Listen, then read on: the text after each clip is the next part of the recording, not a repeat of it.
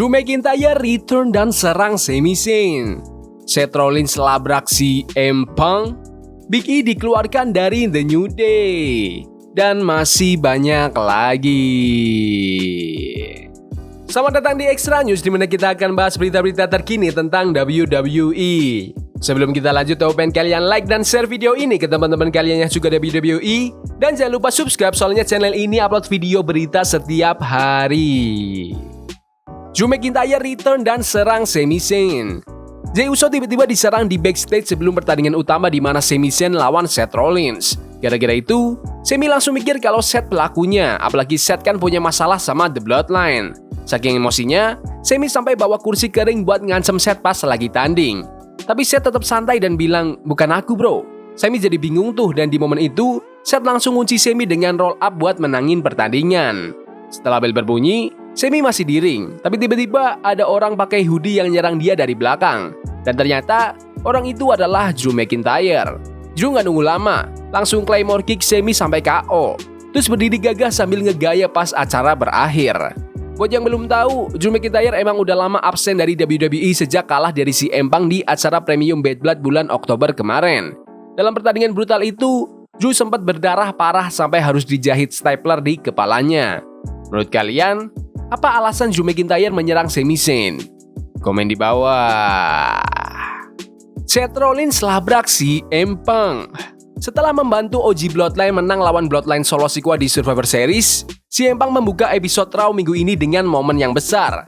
Tapi tiba-tiba, Seth Rollins muncul di arena. Seth bilang dia nyesel nggak langsung ngehajar Punk pas dia balik ke WWE. Dia juga nyinggung soal Punk bantu Roman Reigns di Survivor Series, dan menurutnya ini waktunya buat benerin kesalahan itu.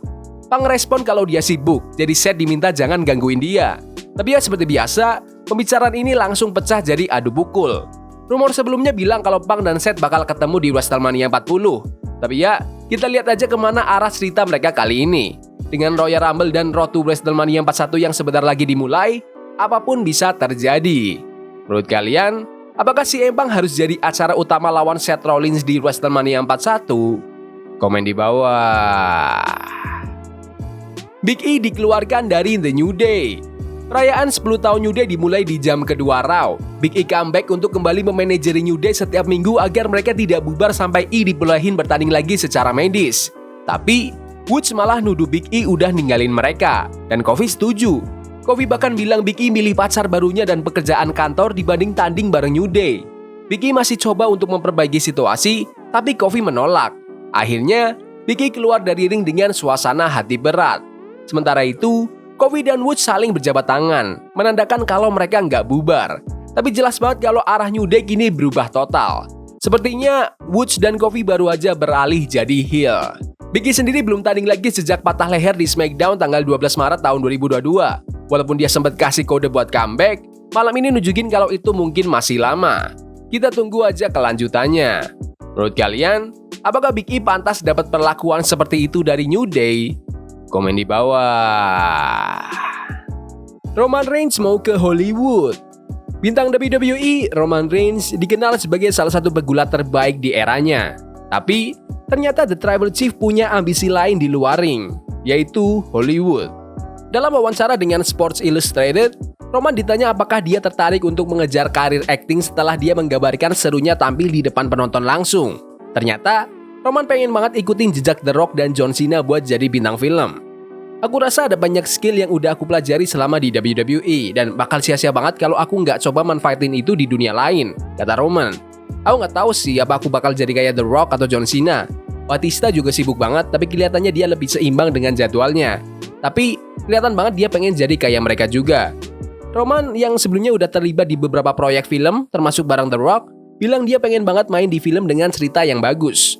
Aku pengen bikin film yang beneran bagus. Aku pengen terlibat di cerita-cerita keren, kerja bareng kru yang hebat, sutradara yang paham banget soal ini, sama tim produksi yang keren. Aku juga pengen kerja bareng aktor-aktor berpengalaman, katanya lagi.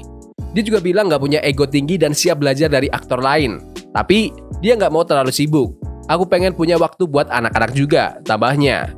Menurut kalian, film genre apa nih yang cocok dimainin sama Roman Reigns? Komen di bawah. Penjelasan WWE ID dari Triple H. WWID, program pengembangan terbaru dari WWE, pertama kali diumumkan pada bulan Oktober kemarin. Tujuannya adalah menjembatani para pegulat indie dengan kesempatan untuk masuk ke panggung besar. Dalam konferensi pers pasca Survivor Series 2024, Paul Triple H Levesque menjelaskan bagaimana program ini akan membantu para pegulat indie, baik secara profesional maupun finansial. Secara finansial, kita bakal dukung mereka di karirnya. Dari sisi edukasi, selama mereka terus berkembang, kita bakal tetap ada buat mereka. Mereka kirimkan video pertandingan mereka ke kita, dan kita bantu kasih masukan. Apa yang udah mereka lakukan dengan benar, apa yang perlu diperbaiki, dan gimana caranya mereka bisa naik ke level jadi profesional, kata Triple H. Selain itu, Triple H juga menambahkan bahwa pegulat yang ikut program ini akan punya kesempatan untuk datang ke WWE Performance Center dan membuat konten. WWE ingin memberikan semua alat yang mereka butuhkan supaya bisa sukses di dunia gulat. Kalau para pegulat ini terus berkembang dan akhirnya naik kelas dari program ini, mereka bisa aja mendapatkan kontrak jangka panjang di WWE. Tapi kalau ternyata nggak cocok, WWE bakal buka pintu untuk pegulat lain yang ingin mencoba. Keberhasilan bisnis ini dibangun dari kekuatan para atlet di segala lini. Kita memang sangat antusias dengan program NIL, Name, Image, Likeness, dan perekrutan dari kalangan atlet kampus. Tapi kalau kamu lihat NXT, itu adalah sistem yang menghasilkan atlet-atlet luar biasa dengan cepat.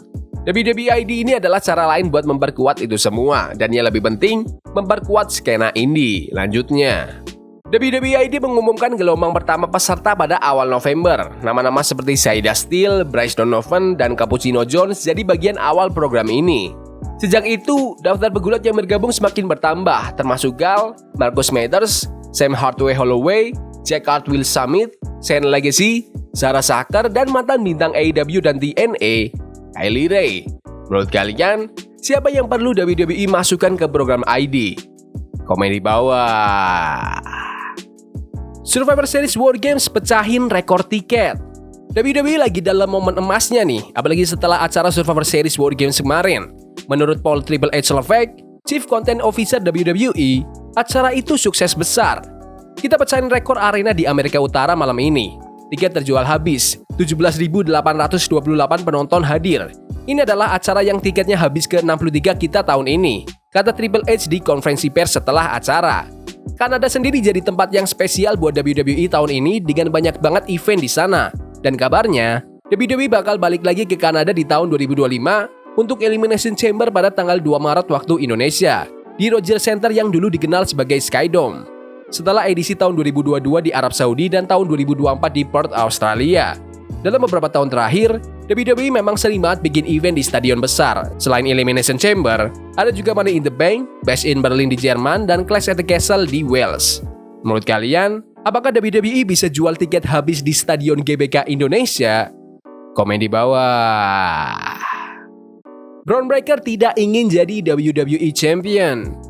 Bron Breakker, Roman Reigns, dan CM Punk semuanya keluar sebagai pemenang di Survivor Series War Games tahun ini. Breakker bertahan di laga brutal buat mempertahankan Intercontinental Championship-nya lawan Ludwig Kaiser dan Sheamus. Sementara itu, Punk dan Roman gabung dengan The Usos dan Sami Zayn buat ngalahin tim Bloodline-nya Solo Sikoa dan Bronson Reed di laga War Games pria.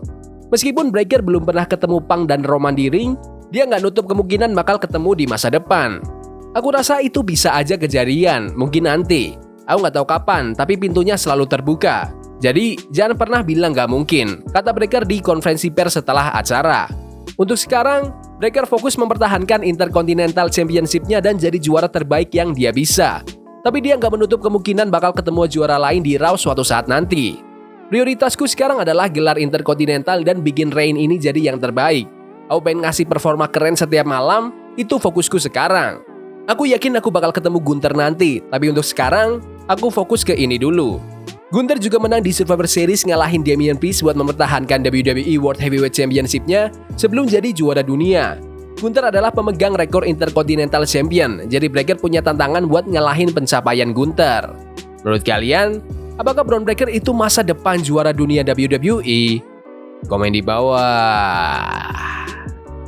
Ya udah gitu aja video berita hari ini. Jangan lupa like dan subscribe ke channel ini karena aku pengen 7.500 subscriber di bulan ini. Tolong bantu. Yes boy. See you. Forbidden fire on Nico. Bunny for love we can hold. I wish we were